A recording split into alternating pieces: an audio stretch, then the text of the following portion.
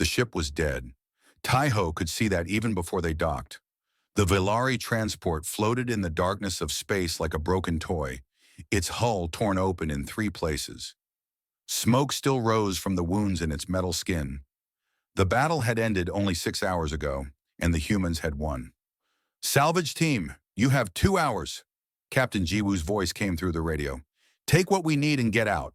We don't know if more Velari ships are coming."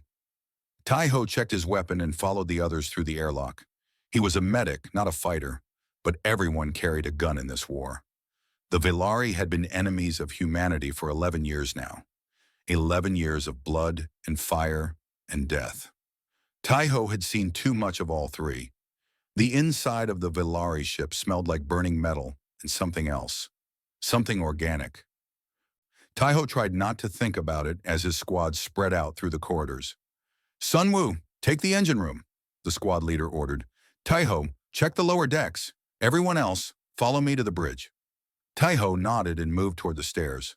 The emergency lights were still working, painting everything in a sick red color. He stepped over debris and tried to ignore the bodies. The Velari were tall creatures, nearly 7 feet, with scaled skin and sharp claws.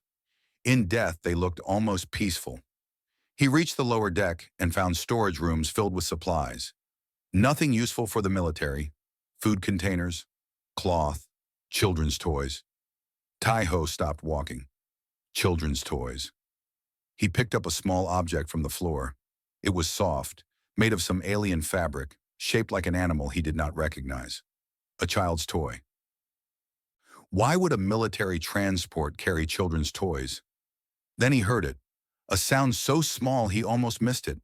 A whimper, a cry, coming from behind a sealed door at the end of the corridor. Tai-ho's heart began to beat faster. He walked toward the door slowly, his weapon raised. The door was locked, but the control panel was damaged. He used his knife to open the panel and cross the wires inside. The door slid open with a hiss. The room was small, a hiding place. And inside, pressed against the far wall, were 2 Velari children. Tai-ho had never seen Velari young before. They were small, barely reaching his waist. Their scales were softer than adult Velari, more like skin than armor. One of them, the bigger one, stood in front of the smaller one with arms spread wide, protecting. Even though the child was shaking with fear, it was trying to protect its sibling. The smaller one was lying on the ground. Blood covered its side. It was barely breathing. Tai-ho lowered his weapon. "It's okay," he said softly. He knew they could not understand him. The Velari spoke a different language, but he hoped his tone would be enough. "I'm not going to hurt you." The bigger child hissed at him. Its small claws were out, ready to fight, ready to die protecting its sibling. Tai-ho felt something break inside his chest, not his heart, something else. Some wall he had built during 11 years of war. He slowly put his gun on the ground and raised his hands. "I'm a medic," he said. He pointed to the red cross on his arm. "I help people. I can help." He pointed at the injured child. The bigger child did not move. Its eyes were wide, golden, full of terror. But it did not attack. Tai-ho knelt down slowly. He opened his medical bag and took out bandages and medicine. He showed each item to the child before using it. Every movement was slow, careful, like approaching a wounded animal. It took him almost an hour to treat the smaller child. The wound was deep, but not fatal. Not if he acted fast. The bigger child watched every single thing he did. It never stopped shaking, but it also never attacked. When Tai-ho finished, he sat back and looked at the 2 children. They had no one now. Their ship was destroyed. Their caretakers were dead. If he left them here, they would die, either from hunger or when the ship finally lost power and the cold of space took them. He could not do it. "Tai-ho, report," the radio crackled. "We're leaving in 10 minutes. Tai-ho pressed the button on his radio. "I found survivors, 2 Velari children. One is injured. I'm bringing them back." Silence, then Sunwoo's voice. "Tai-ho, are you crazy? They're the enemy." "They're children, Sunwoo." More silence. Then Captain Jiwoo spoke, her voice cold. "Tai-ho, we don't have room for prisoners, especially not Velari." "Then make room." Tai-ho picked up the smaller child gently. It weighed almost nothing. I'm not leaving them here to die. He looked at the bigger child and gestured for it to follow. For a long moment, the child did not move. Then slowly it stepped forward. It reached out and grabbed the edge of Tai-Ho's jacket with its small clawed hand. Tai-Ho walked back through the dead ship with two enemy children. The bigger one held on to him like he was the only safe thing in the universe. Maybe for now, he was. When he reached the airlock, his squad was waiting. Their faces showed shock, anger, confusion. Sun Wu stepped forward, his hand on his weapon. Tai-Ho, think about what you're doing. I have thought about it. Tai-Ho did not stop walking. I became a medic to save lives, not to choose which lives are worth saving. He carried the children onto the horizon. The crew stared at him as he walked through the corridors to the medical bay. Whispers followed him like shadows. Monster, enemy, threat. But when Tai-Ho looked down at the child in his arms, he did not see a monster. He saw a scared little creature who just wanted to live. Captain Ji-Woo met him at the medical bay. Her face was hard as stone. You know what you've done, she said. When command finds out, they'll have your head. Then they'll have my head, Tai-Ho replied. But I won't have their blood on my hands. He laid the smaller child on a bed and began preparing more treatment. The bigger child climbed onto the bed next to its sibling and curled up against it. Two small aliens, alone in a ship full of enemies, with only one human standing between them and death. Ji-Woo watched for a long moment. Then she sighed and rubbed her eyes. I'll deal with command, she said quietly. But those children are your responsibility. If anything goes wrong, it's on you. I understand. Ji-Woo turned to leave, then stopped at the door. You're either the bravest man I've ever met, Tai-Ho, or the most foolish. Tai-Ho looked at the sleeping children. The bigger one had finally closed its eyes. Its hand was still holding onto his sleeve. Maybe both, he said. Somewhere in the darkness of space, a Valari fleet changed direction. A mother had received word that her children's transport had been destroyed, and she would burn the entire galaxy to find them. 3 days passed on the horizon. 3 days of whispers and angry looks. 3 days of Tai-Ho living in the medical bay with two alien children who had no one else in the universe. The crew did not understand. Tai-Ho had expected that. 11 years of war had made the Valari into monsters in the eyes of humanity. Every soldier had lost someone, a friend, a family member, a lover. The Valari had taken so much from them, and now Tai-Ho had brought two of them onto their ship. Some crew members wanted the children thrown out of the airlock. Others wanted to use them as prisoners to trade for captured humans. A few simply wanted nothing to do with them. They looked at Tai-Ho like he was a traitor, but Tai-Ho did not care what they thought. He had made his choice. The bigger child was named Kyle. Tai-Ho learned this on the second day when the child finally spoke. Kyle pointed to itself and said the word, then pointed to its sleeping sibling and said another word, Sola. Kyle, Tai-Ho repeated, pointing at the child. Then he pointed at the smaller one. Sola. Kyle nodded. Its golden eyes watched Tai-Ho carefully. There was still fear in those eyes, but there was something else now too, something like curiosity. Tai-Ho, he said, pointing to himself. My name is Tai-Ho. Kyle tried to say it. Tai-Ho. The word sounded strange in the child's mouth, but Tai-Ho smiled anyway.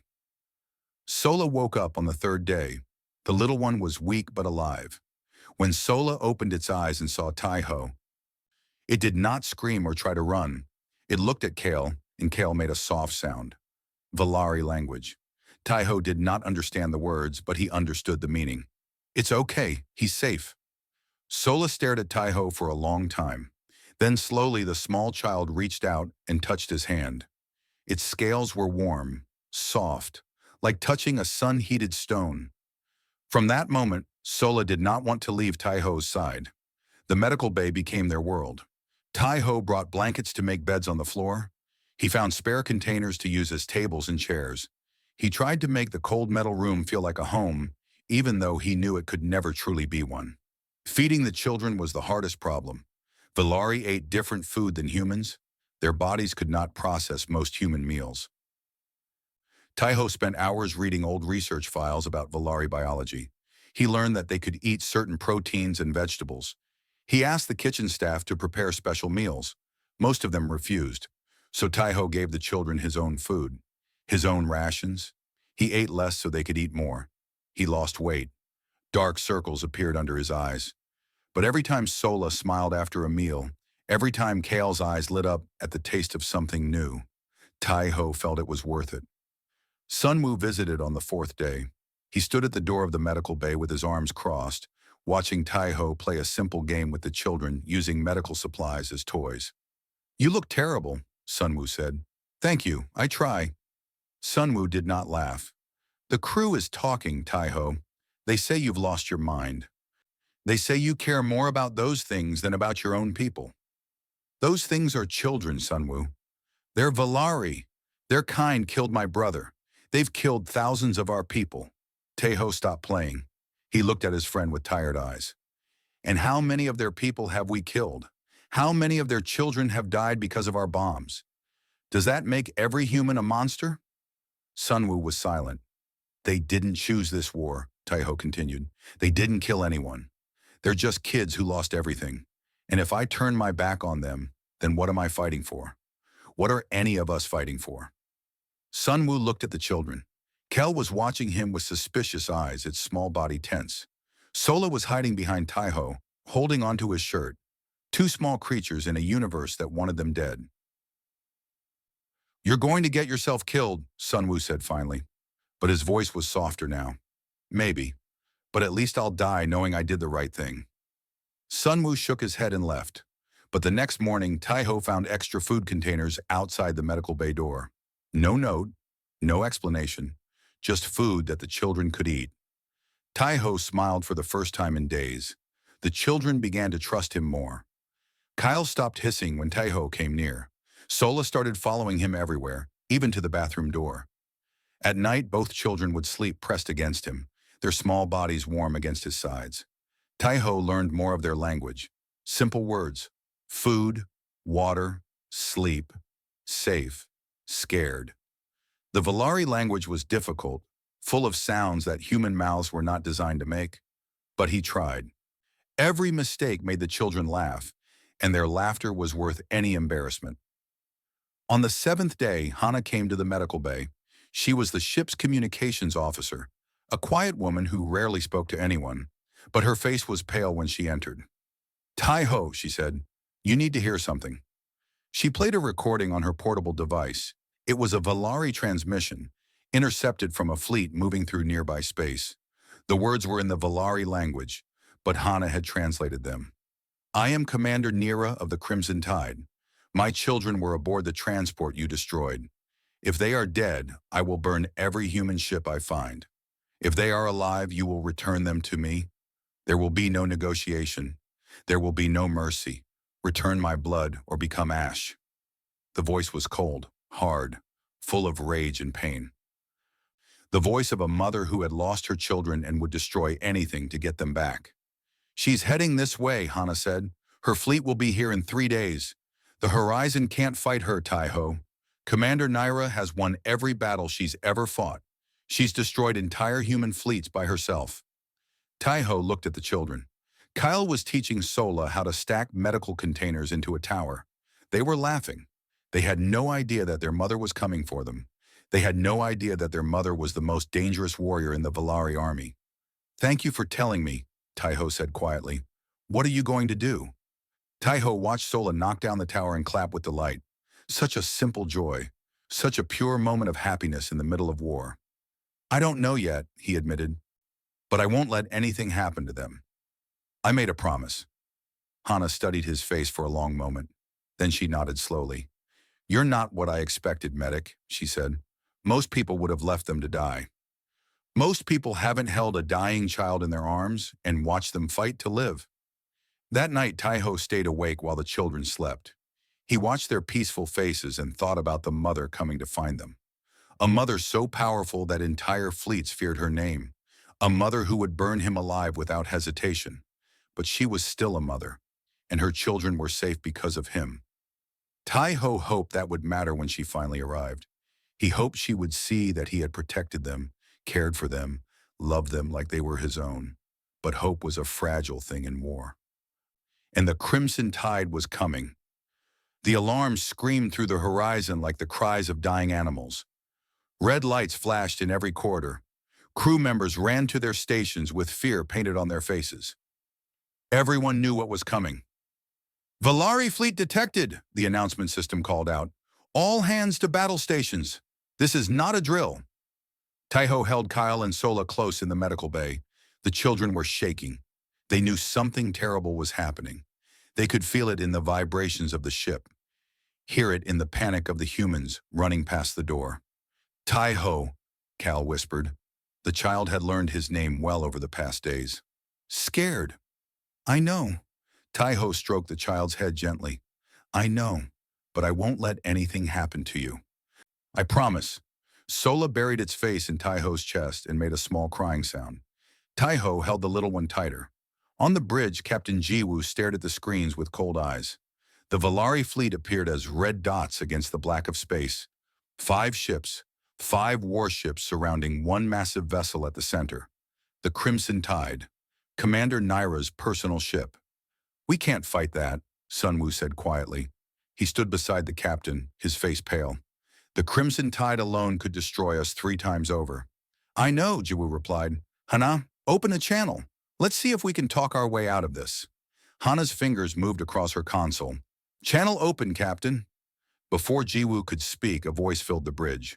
A female voice, deep and powerful, speaking in accented but clear human language. "Human vessel. I am Commander Nira of the Valari Empire. You have something that belongs to me. Return my children now, and your deaths will be quick. Make me wait, and I will tear your ship apart piece by piece while you watch." The bridge was silent. Every crew member felt the weight of those words. This was not an empty threat. Commander Nira did not make empty threats. Jiwoo pressed the response button. "Commander Naira, your children are alive and unharmed. They have been treated well. We are prepared to discuss their return." "There will be no discussion." Nira's voice was ice and fire. "Send them to me, now, or the next sound you hear will be your hull breaking apart." Jiwoo looked at the weapons officer. He shook his head slowly. Their weapons would do nothing against the Crimson Tide. They were insects facing a giant. "We need time to prepare the children for transfer," Jiwoo said carefully. "Give us 1 hour." "You have 30 minutes. The channel went dead. Jiwoo turned to face the bridge crew. "Get Taiho up here. Now." 5 minutes later, Taiho stood on the bridge with Kyle holding his hand and Sol in his arms. The children stared at the screens showing the Valari ships. Sola pointed at the Crimson Tide and made a sound. "What did it say?" Jiwoo asked. Taiho's face was complicated. "Mother." Sola said, "Mother." The bridge went quiet again. Everyone looked at the massive warship on the screen. That was their mother. That was the ship of the creature who would kill them all without hesitation. "We give them back," Jiwoo said. "That's our only option. We transport the children to their ship, and we pray that Nira keeps her word about letting us go." "She won't." Everyone turned to look at Taiho. His voice was steady but soft.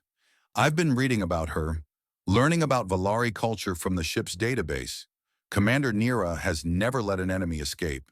She shows no mercy. Even if we give the children back, she'll destroy us." "Then what do you suggest?" Jiwoo demanded. Taiho looked down at the children.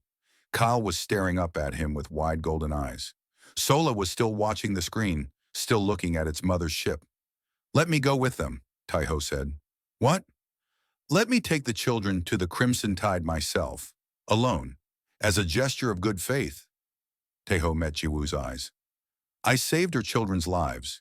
I took care of them. In Valari culture, that creates a debt.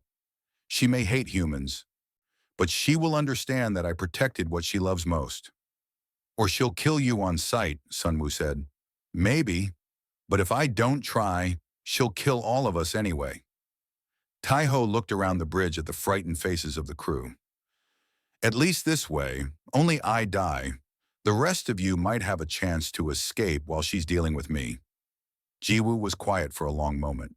She looked at Taiho, then at the children, then at the Valari ships on the screen. "You're asking me to send you to your death. I'm asking you to let me do what's right." Taiho held Sola closer. "I didn't save these children just to watch them get caught in a battle. I'll take them home. Whatever happens after that, at least they'll be safe. Before Jiwoo could respond, Cal spoke. The child tugged on Taiho's hand and said something in Valari. Then it switched to broken human words. Kale, go, with Taiho. The child's voice was shaking but determined. Taiho, safe. Kyle, safe, with Taiho. Sola nodded rapidly and wrapped its arms around Taiho's neck. Veth, the little one said. Veth. Taiho felt tears forming in his eyes. He blinked them away. What does that mean? Veth. Hana checked her computer. Her voice was soft when she answered. It's an old Valari word. It means guardian protector. Someone who shields you from all harm. Jiwoo closed her eyes. When she opened them again, something had changed in her expression. Prepare a shuttle, she ordered. Taiho, you have 20 minutes. Make sure those children are ready. Thank you, Captain. Don't thank me. Jiwoo's voice cracked slightly. You're the bravest fool I've ever met, Taiho. I hope that mother of theirs sees what I see. 15 minutes later, Taiho walked toward the shuttle bay with a child holding each hand. Crew members lined the corridors to watch him pass. Some faces showed anger, some showed confusion, but many showed something else. Respect. Sunwoo met him at the shuttle door. I should go with you, Sunwoo said. No, stay here. Protect the ship if something goes wrong. Taiho, take care of yourself, Sunwoo. Taiho smiled sadly. It was good to serve with you. He entered the shuttle with the children and closed the door. Through the window, he could see Sunwoo watching until the shuttle launched. The flight to the Crimson Tide was short, too short. Taiho held the children and watched the massive Valari warship grow larger and larger. Its hull was red as blood. Its weapons pointed at the tiny human shuttle like fingers of death. Remember, Taiho told the children quietly, I'm here. I'll protect you, no matter what happens. The shuttle docked with a heavy clang. The door opened. Valari warriors waited outside, their weapons raised, their faces hidden behind battle masks. Taiho stepped out with Kyle and Sola. His heart was beating so fast he could hear it in his ears. But he did not let fear show on his face. The warriors surrounded him immediately. Clawed hands grabbed his arms. A weapon pressed against his back. The children cried out in fear. It's okay, Taiho said calmly. It's okay. Your mother is here. You're going to see your mother. The warriors pushed him forward through dark corridors. The children walked beside him, still holding his hands. Kale was trying to be brave. Sola was crying softly. They entered a large chamber. The room was full of Valari soldiers standing at attention.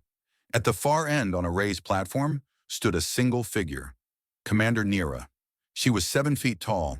Her scales were deep crimson, the same color as her ship. Her eyes were gold like her children's, but harder, colder.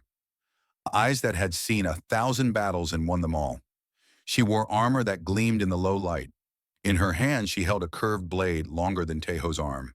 When Kale and Sola saw her, they made sounds of joy and ran toward her. Nira dropped to one knee and caught them in her arms. For one moment, the terrifying war commander was gone. There was only a mother holding her children. Then she looked up at Taiho, and in her eyes he saw something more dangerous than simple hatred. He saw judgment.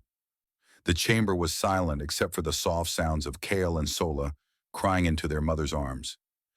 Nira held them close, her eyes closed, her body shaking with emotions that Taiho could not read. Relief, joy, rage, perhaps all three at once. The Valari soldiers stood like statues around the room.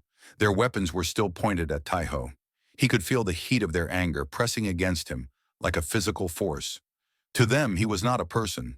He was prey. He was an enemy who had dared to touch their commander's children. Nira spoke to her children in the Valari language. Her voice was soft, gentle, nothing like the ice-cold tone she had used on the radio. Kyle answered in rapid words, gesturing with small hands. Sola just kept hugging its mother and making happy sounds. Then Kyle turned and pointed at Taiho. Nira's eyes followed. Golden eyes met brown eyes across the chamber. Taiho forced himself to stand straight, to not look away. He was terrified, more terrified than he had ever been in his life, but he would not show it. These might be his last moments alive. He would spend them with dignity. Nira whispered something to the children. They nodded and stepped back, still holding onto her hands. Then she stood to her full height and walked toward Taiho. Each step echoed in the silent chamber. Each step brought death closer. Taiho watched her approach and thought about his life, about his family back on Earth who he had not seen in years, about the patience he had saved, about the small moments of kindness he had tried to create in a universe full of war. He thought about Kale's hand holding his jacket on that broken ship, about Sola calling him Veth, about two scared children who had trusted him with their lives. No regrets, he decided. Whatever happens next, I have no regrets. Naira stopped in front of him. This close, she was even more terrifying. Her scales looked like armor. Her claws could cut through steel. Her blade was still in her hand, catching the light like a hungry smile. Human, she said. Her voice was deep, controlled. My children tell me you saved them. Taiho nodded. Yes. They tell me you treated their wounds, fed them your own food, protected them from your own people. Yes. Why? The question hung in the air. Every Valari in the chamber was listening. This was the moment that would decide if Taiho lived or died. He took a breath and spoke the truth. Because cruelty is not strength, he said. And their lives were not mine to take. They were children, scared, alone, injured. It didn't matter that they were Valari. It didn't matter that we are at war. They needed help, and I could help them. That's all that mattered. Nira's expression did not change. Her eyes searched his face like she was looking for a lie, looking for some hidden motive, some trick. She found nothing but honesty. Your people killed the guards who protected my children, she said. Your people destroyed their ship. Your people have taken everything from the Valari for 11 years. And yet you want me to believe that you, a human, saved my children out of kindness? I'm not asking you to believe anything. Taiho's voice was steady. I'm just telling you what happened. What you do with that information is your choice. Naira raised her blade. The point touched Taiho's throat, cold metal against warm skin. One small movement and it would all be over. I could kill you right now, she said quietly. My soldiers would cheer. My people would call me a hero. Another human dead. Another enemy destroyed. Taiho did not move. You could. Give me one reason why I shouldn't. Behind Naira, something unexpected happened. Sola broke free from Kale's grip and ran across the chamber.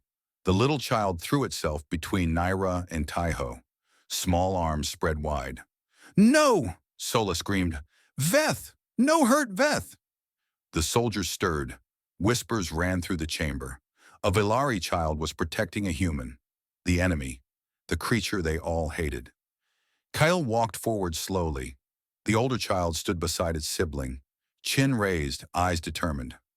Taiho is good, Kyle said in broken human words, then switched to Valari to explain more. The child spoke for a long time. Taiho understood only a few words, but he understood the tone. Kyle was defending him, telling their mother everything he had done. When Kale finished, Naira lowered her blade. Her face showed something Taiho had not expected to see. Confusion, uncertainty. You call him Veth, she said to Sola. Do you know what that word means, little one? It is a sacred title. It cannot be given to an enemy. Sola shook its head stubbornly. Taiho is not enemy. Taiho is Veth. Taiho protected. Taiho is family. The last word hit the chamber like a bomb. Family. A human child might have said it carelessly. But in Valari culture, family was everything. Family was blood. Family was honor. Family was the highest bond that could exist between living beings. And this child had just called a human family. Nira looked at Taiho for a long moment. He could not read her expression anymore. Too many emotions were passing through those golden eyes. Finally, she spoke. In Valari law, there is an old tradition. When someone saves a life, they become bound to that life. The debt must be honored until it is repaid. She paused. You saved both of my children. You protected them when you could have let them die. By our oldest laws, you now belong to my house. Taiho blinked. What? I claim you as Vathari, lifebound protector of House Nira. From this moment, you are neither prisoner nor enemy. You are mine. The soldiers erupted in protest. Voices rose in anger and disbelief. A human? Claimed as Vithari? It was impossible. It was an insult to everything they believed in. Nira raised her hand and silence fell instantly. I have spoken, she said coldly. My decision is final. Anyone who challenges this challenges me. Does anyone here wish to challenge me? No one moved. No one spoke. Nira turned back to Taiho. Her expression was complicated, full of feelings he could not identify. Respect? Resentment? Something else entirely? Your ship will be allowed to leave, she said. My children are safe because of you. That debt will be honored. But you will not leave with them. I understand. Taiho was struggling to process what was happening. He was not going to die, but he was not free either. He belonged to the Valari commander now, to the enemy. Sola grabbed his hand and smiled up at him, that innocent, trusting smile that had first broken through his walls. Taiho, stay, the child said happily. Taiho, stay with Sola. Forever. Kyle stood beside them, looking up at Taiho with something like pride. Kyle's Veth now. Kyle protect Taiho too. Nira watched her children embrace the human. She did not understand. She might never understand. But her children were alive because of this strange, soft creature. And if there was one thing she knew about herself, it was this. She always honored her debts. Take him to the guest quarters, as she ordered. Clean clothes, good food. No chains. She looked at Taiho one more time. You are not what I expected, human. Neither are you, Taiho replied quietly. Something passed between them in that moment. Not friendship, not yet, but the beginning of something. A crack in the wall of hatred that had separated their species for 11 years. As the soldiers led Taiho away, Kyle and Sola walking beside him, Nira watched until they disappeared through the chamber doors. Then she sat down on her command throne and stared at nothing. She had sworn to destroy all humans. She had spent 11 years doing exactly that, and now a human lived under her protection, in her home, with her children. The universe, it seemed, had a strange sense of humor. 3 months had passed since Taiho arrived on the Valari homeworld. 3 months since he had last seen human faces or heard human voices. 3 months of living among creatures who could kill him with a single swipe of their claws.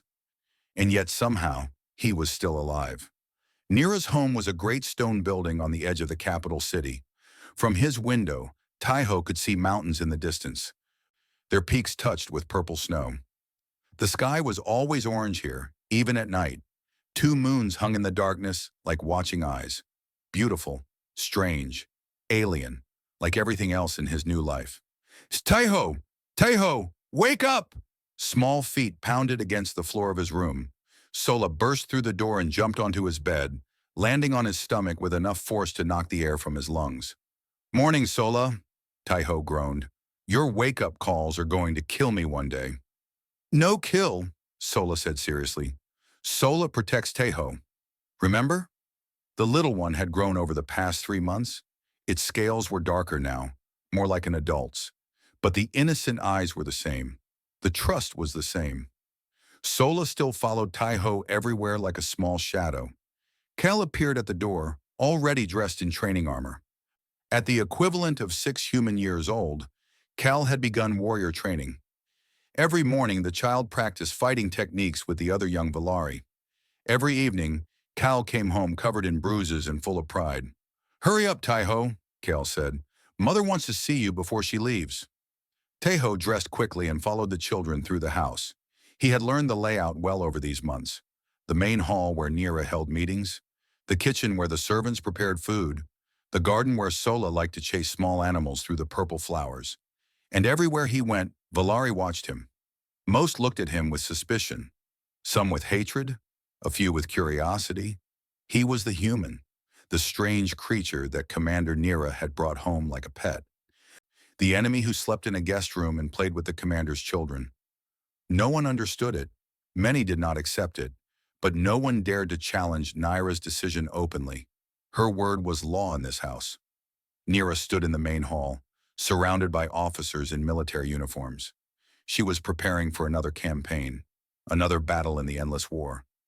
Despite everything, The war continued. Humans and Valeri still killed each other every day. Taiho's people and Naira's people. Still enemies. Still at war. Ah, human. Naira dismissed her officers with a wave. They filed out, casting unfriendly glances at Taiho as they passed.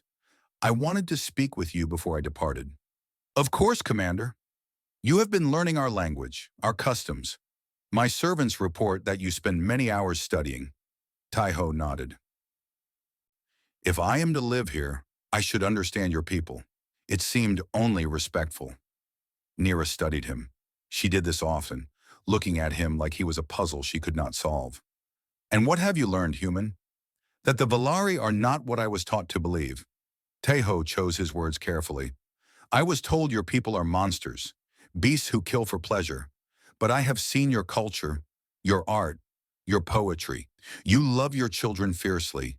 You honor your debts. You value loyalty above all else. These are obvious things. Not to humans. We have been at war so long that we have forgotten you are people too. Just as your people have forgotten that we are. Nira was quiet. Her golden eyes held something that might have been respect. You are strange, human, she said finally. Every other human I have met has been either terrified or hateful. You are neither.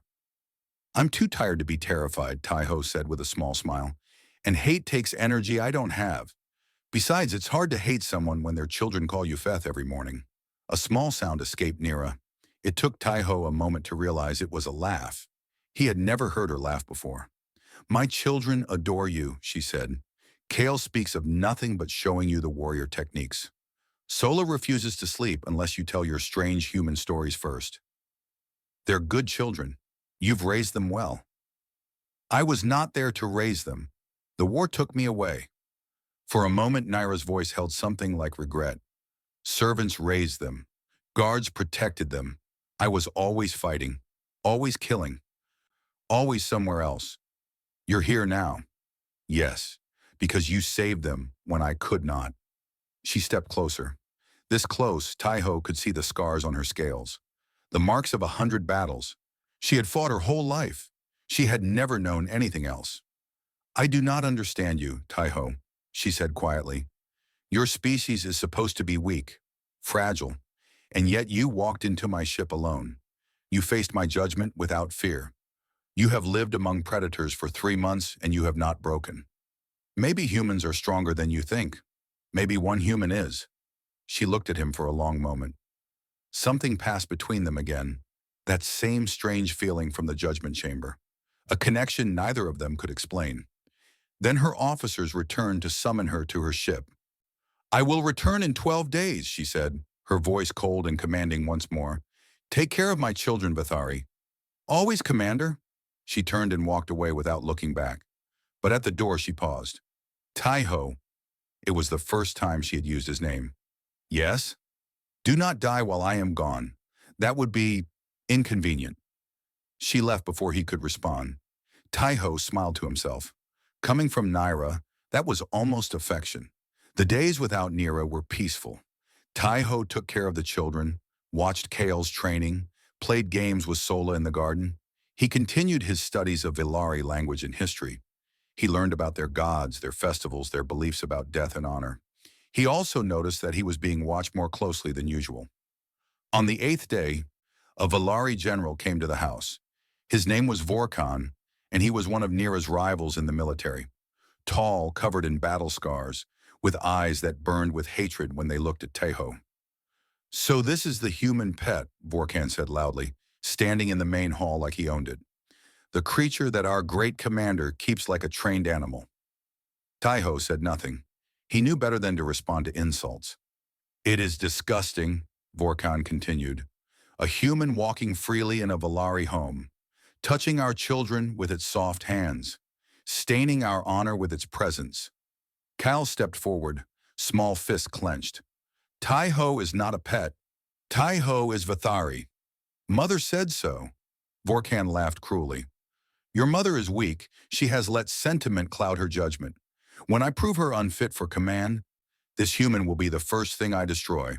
He looked directly at Taiho with hungry eyes. Enjoy your borrowed time, human. It will not last long. He left with his soldiers, and Tahoe felt something cold settle in his stomach. Vorkan was not making empty threats. He was planning something.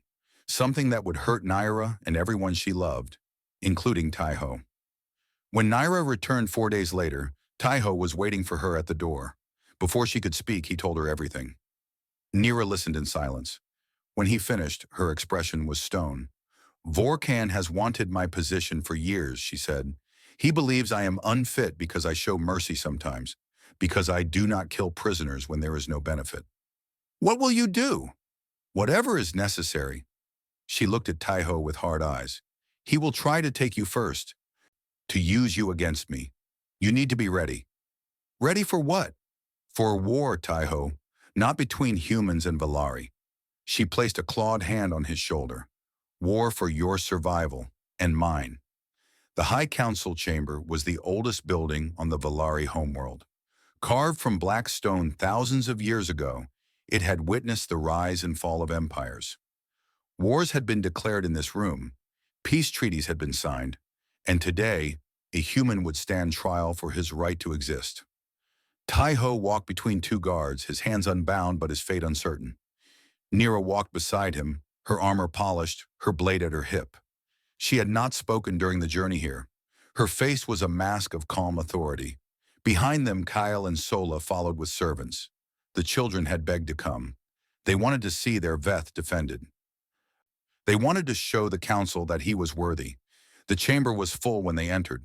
Hundreds of Valari filled the stone seats that rose in circles toward the ceiling. Military leaders, politicians, noble families. All the power of the Valari Empire gathered in one place. At the center of the room stood General Vorkan. "Commander Naira," Vorkan said loudly as they entered. "How kind of you to bring your pet to answer for its crimes." "The Vathari has committed no crimes," Naira replied. "You have brought false accusations, Vorkan. This council will see the truth." "The truth?" Vorkan laughed. "The truth is that you have taken a human into your home. You have let it touch your children. You have given it a sacred title that no enemy has ever held. That is the truth, Commander." Murmurs ran through the crowd. Many heads nodded in agreement. The head counselor raised a hand for silence. She was ancient. Her scales faded to gray, but her eyes were sharp. "General Vorkan has accused the human Tahoe of crimes against the Valari people," she announced. "Specifically, spying for human forces, corrupting the children of House Naira, and dishonoring the sacred title of Vathari. Commander Naira has invoked her right as claimant to defend him." "The accusations are lies," Naira said firmly. "Tahoe has done nothing but care for my children and honor the debt he created when he saved their lives."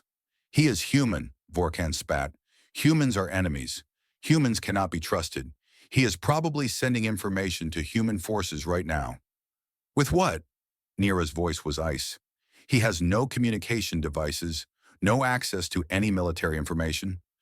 He has spent his time learning our language and playing with children.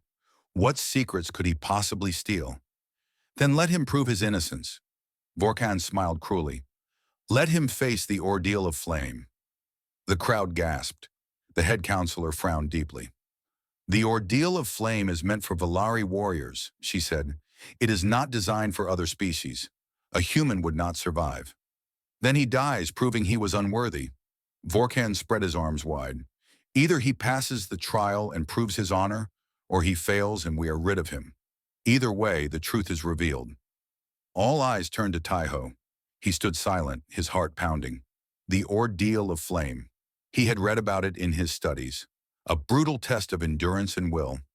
Candidates faced physical punishment until they broke or proved their strength. Many Valari warriors died in the attempt. For a human, it would be nearly impossible. "I accept." The words left his mouth before he could stop them. Naira turned to him with shock in her golden eyes. "Tahoe, no. This is suicide." "If I refuse, they will always doubt me." He met her gaze steadily. "They will always see me as a coward who hid behind your protection. I need to show them what I am. You could die. I could. But at least I'll die proving something worth proving." Naira stared at him for a long moment. Then something softened in her expression, something he had never seen before. Stubborn human, she whispered. Foolish, stubborn human. The trial began that same hour. Tai-Ho was taken to the center of the chamber, stripped to the waist. The ordeal of flame consisted of 3 tests: endurance of pain, resistance to breaking, and the final firewalk. He had to survive all 3 without crying out for mercy. The first test was the whip. A Valari torturer struck his back 10 times with a metal-tipped lash. Each blow cut through skin and muscle. Each blow sent fire racing through his body. Tai-Ho bit down on leather and did not scream. His vision went white. His hands shook, but he did not make a sound. The crowd watched in silence. The second test was the crusher. Heavy stones were placed on his chest while he lay on a wooden board. More weight added every minute. His ribs creaked. Breathing became almost impossible. He felt like the world was pressing down on him, trying to flatten him into nothing.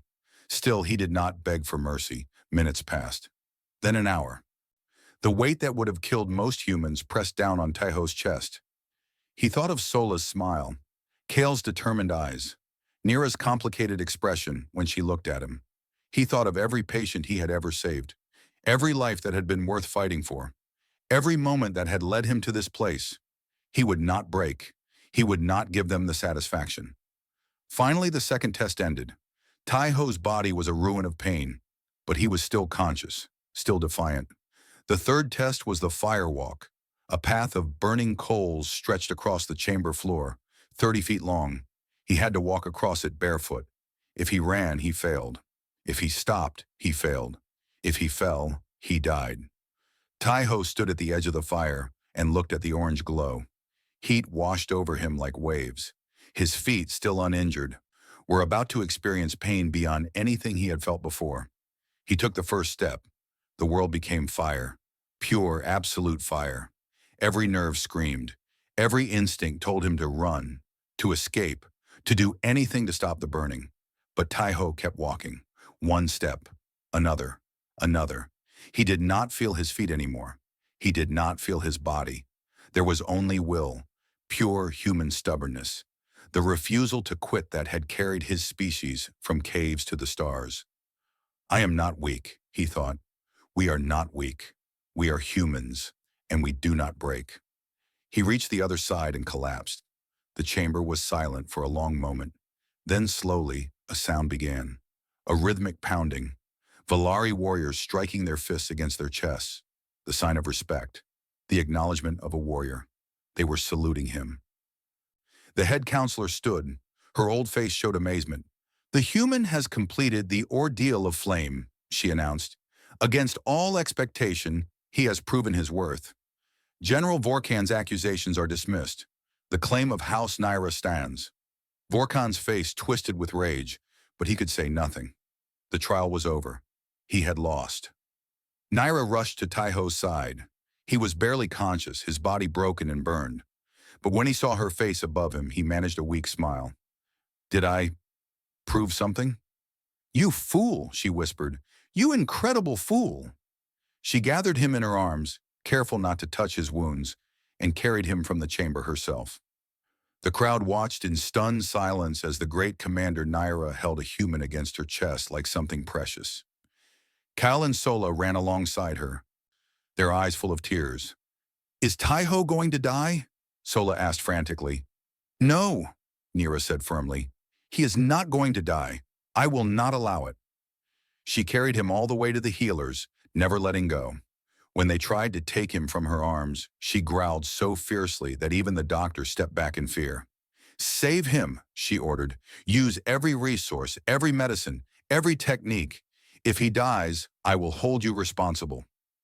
The healers worked through the night, and Naira stayed at Tai-Ho's bedside, watching over him just as he had once watched over her children. When dawn came, he was still alive. Broken, burned, but alive. And something between them had changed forever. 1 year had passed since the trial. 1 year since Tai-Ho had walked through fire and come out the other side. 1 year since everything had changed. The scars on his body had healed, though they would never fully disappear.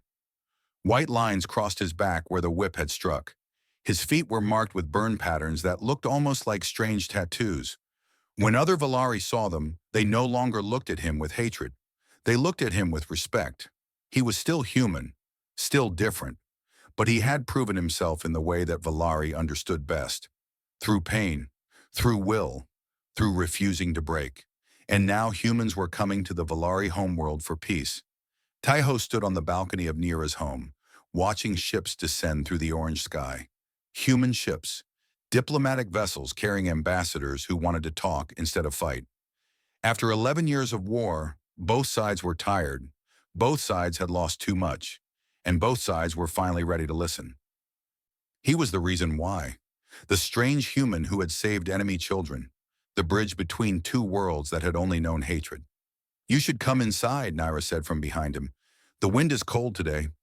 Taiho smiled without turning around. He knew her footsteps now, her voice, her moods. After a year of living together, he knew her better than anyone. "I like the cold. It reminds me of winter on Earth." Nira moved to stand beside him. She was not wearing armor today, just simple robes that made her look almost ordinary, almost like someone who was not a legendary war commander. "Do you miss your home?" she asked quietly. "Sometimes. I miss the food, the music, the sound of rain." He paused. "But I don't miss the loneliness. I had no one there. No family. No one who would notice if I disappeared. You have family here now." "I do." He looked at her.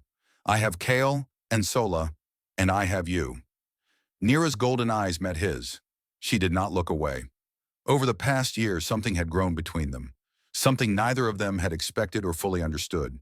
It started with small moments, a brush of hands when passing, long conversations late at night, the way she always knew when he was troubled, the way he could make her laugh when no one else could. Neither of them had spoken of it directly. Both were afraid of what it might mean.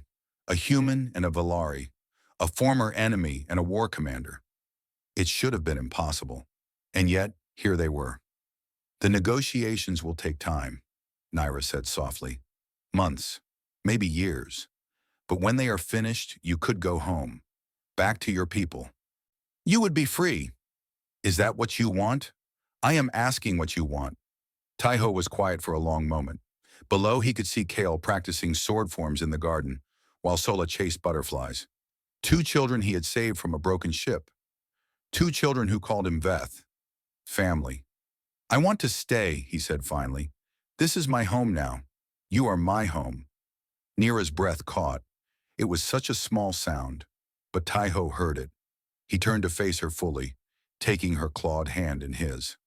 "I know it's strange," he said. "I know your people might never accept it. I know there will be problems and challenges and people who hate us. But I don't care. I love those children like they're my own. And He hesitated. The next words were terrifying to speak. "I love you, Naira. I don't know when it happened.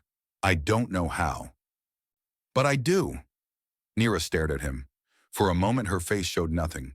Then slowly, her free hand reached up to touch his cheek. Her claws were gentle against his skin. "You are the strangest creature I have ever known," she whispered. "You should hate me. I am your enemy. My people have killed thousands of your kind. And my people have killed thousands of yours. But you're not responsible for that any more than I am. We didn't start this war. And maybe we can help end it. Together? Together." They might have kissed then, but fate had other plans. The explosion came without warning, a blast that shook the entire building and sent them both stumbling. Alarm screamed, guards shouted. Below in the garden, Kale grabbed Sola and ran for cover. "Vorkon!" Nira snarled. She was moving instantly, grabbing her blade from where it hung on the wall. He's finally making his move. The coup had begun. Vorkan's soldiers poured through the city, fighting Naira's loyal forces in the streets. Buildings burned. People screamed. The peace negotiations were forgotten as civil war erupted across the capital. Naira fought like a demon, her blade cutting through enemies like paper. Taiho stayed beside her, using a weapon he had learned to wield over the past year. He was not as skilled as the Valari warriors, but he was accurate. Every shot counted. They found Kyle and Sola hiding in the garden, protected by servants who had died defending them. The children ran to Taiho and Nira, crying with fear. It's okay, Taeho said, holding them close. It's okay, we're here. We need to reach the communications tower, Naira said urgently. If I can broadcast to the loyal forces, we can coordinate a counterattack. They fought their way through the streets. Naira led the way, Taeho guarding the rear, the children between them. Every corner held danger. Every shadow might hide an enemy. They were almost at the tower when Vorkan found them. He appeared from the smoke with 20 soldiers at his back, his face twisted with madness and ambition. "End of the road, Naira," he called out. "Your pet has cost you everything. When you're dead and I control the military, the first thing I'll do is restart the war. We'll burn every human world until nothing is left." "You're insane," Naira spat. "I'm the future." Vorkan raised his weapon. "But don't worry, your children will live. They'll serve as reminders of what happens to those who show weakness." He fired. Taeho did not think. He moved on pure instinct, throwing himself in front of Nira. The energy blast caught him in the chest and sent him flying backward. Pain exploded through his body. He hit the ground and did not get up. "Taeho!" Nira's scream was barely human. Something broke inside her at that moment, something that had been building for years. She became something else, something terrible. She tore through Vorkan's soldiers like a storm of death. Her blade moved so fast it was invisible. Bodies fell around her like leaves. Even Vorkan, for all his boasts, lasted only seconds before her fury. When it was over, she knelt beside Taeho's body. Blood covered his chest. His eyes were closed. He was not breathing. "No," she whispered. "No, no, no. You cannot die. I forbid it. Do you hear me, human? I forbid it." Kyle and Sola ran to them, their faces wet with tears. Sola grabbed Taeho's hand and cried out the word that had started everything. "Veth, wake up. Please wake up." The battlefield was silent. Loyal forces were arriving now, having heard the fighting. They found their commander kneeling over a human, weeping like she had never wept before. Then, impossibly, Taeho coughed. His eyes opened, unfocused and confused. The blast had hit his chest, but not his heart. Not quite. "Naira," he managed weakly. She laughed through her tears and pressed her forehead to his. "Stubborn," she whispered. "Foolish. Stubborn. Human. Told you, we don't break." Later, after the healers had patched him up again, after Vorkan's forces had been captured and the city secured, Naira came to his bedside. She was still in her blood-stained armor. She had not left his side once. "You took a blast meant for me," she said quietly. "You would have done the same." "Yes, I would have." She sat beside him and took his hand. "You saved me, just as you saved my children. The debt I owe you now—" "There's no debt," Taeho interrupted. "You don't owe me anything. That's not why I did it." "I know." She was quiet for a moment. Then she spoke words that Taeho had read about but never expected to hear. "You are not claimed, you are chosen." The ancient words of bonding, the highest declaration one Valari could make to another. Marriage, partnership, love beyond duty. Taeho smiled despite his pain. "Took you long enough." She leaned down and pressed her lips to his. The kiss was awkward, her mouth not quite shaped for human contact. But it was perfect anyway. Weeks later, Taeho stood on a balcony overlooking the Valari capital.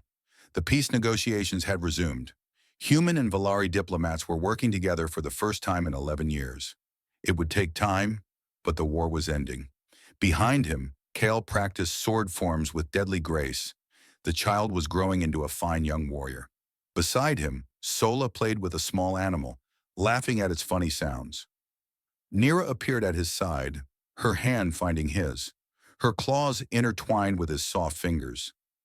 "Do you regret it?" she asked. "Any of it?"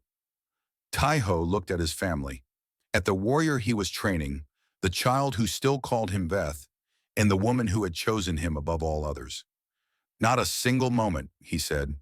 "Two species once at war, now bound by something stronger than hate.